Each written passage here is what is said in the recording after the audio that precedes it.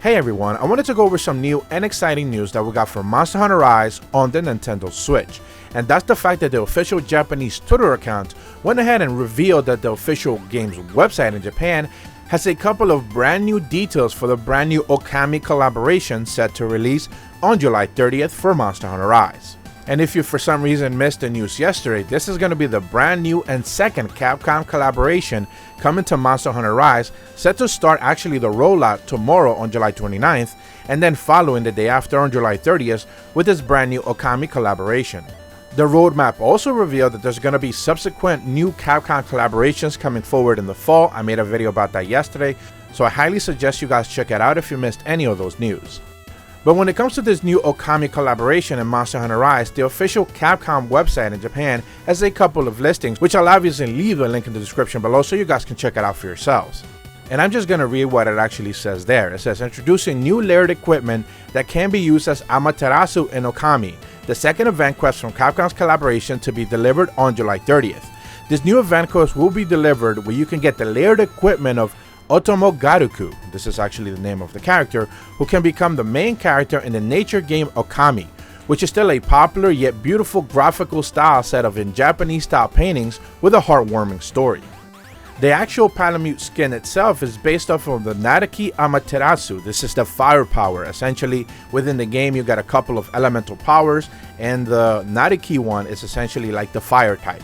So they could have actually chosen it for it to be a different type of element or a different type of power, or in fact they actually could have used different ones as well, but they actually just went with the firepower instead. And according to the website, the visual changes are not the only thing that's going to be making this skin actually interesting. It says that when equipped, the appearance and the cry of the Palamute will change to Amaterasu.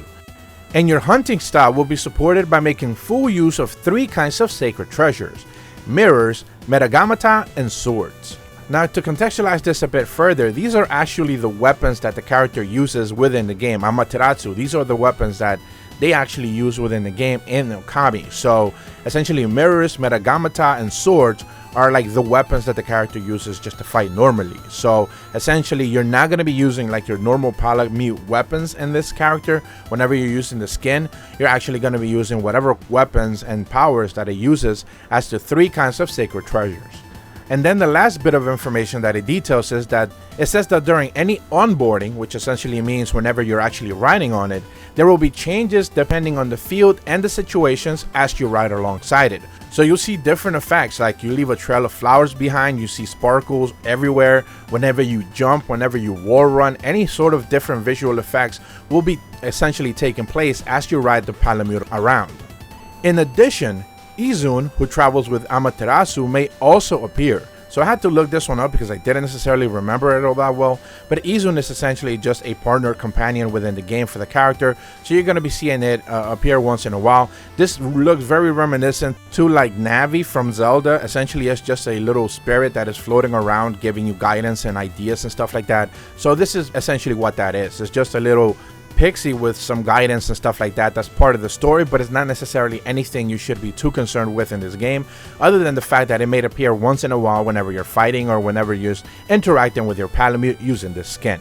So when I originally actually made the video yesterday, I kind of just thought that it was just a straight up just skin and it wasn't necessarily anything special to it. So it seems like they did at the very least some work to make it seem and contextualize it a bit further that this Palamute skin is perhaps worthy of some sort of praise, but not necessarily, again, anything revolutionary when it comes to the fact that the game is not actually getting any real content other than the fact your Palamute now looking a little bit cool.